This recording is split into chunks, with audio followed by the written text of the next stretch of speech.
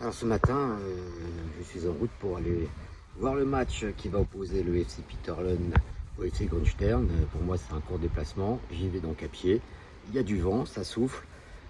Bien sûr, Grunstern est favori, mais on ne sait jamais. Peut-être un match piège qui attend le leader de ce championnat 3e Ligue du groupe 6. Alors on va voir tout ça et on vous fait un petit résumé à la fin.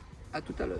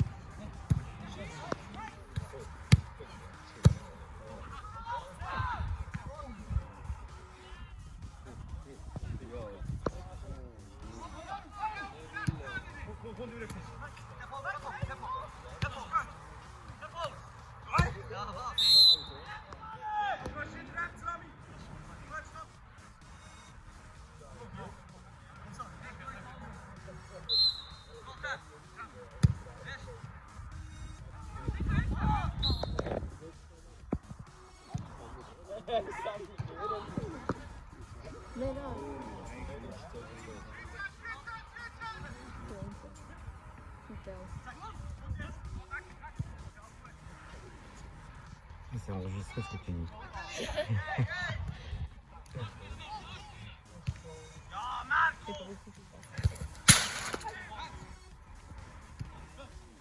Je joue pas en rien. Je joue quand même. Hein? Bah oui.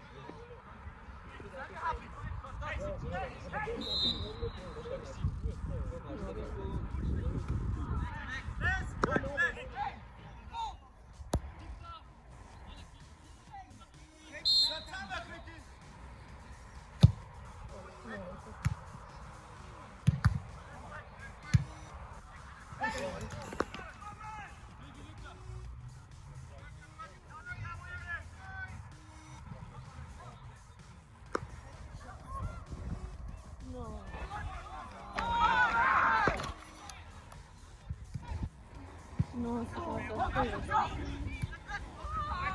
J'ai pas pris.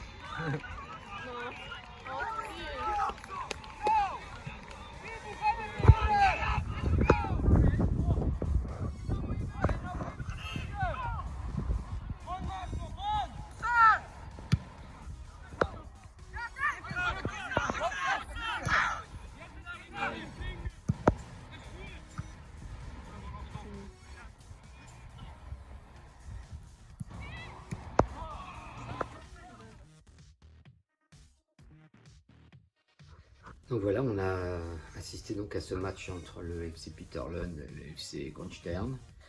On va pas se mentir, on n'a pas vu le meilleur match du FC Grundstern ce matin. On a vu une équipe du Peterlund très agressive.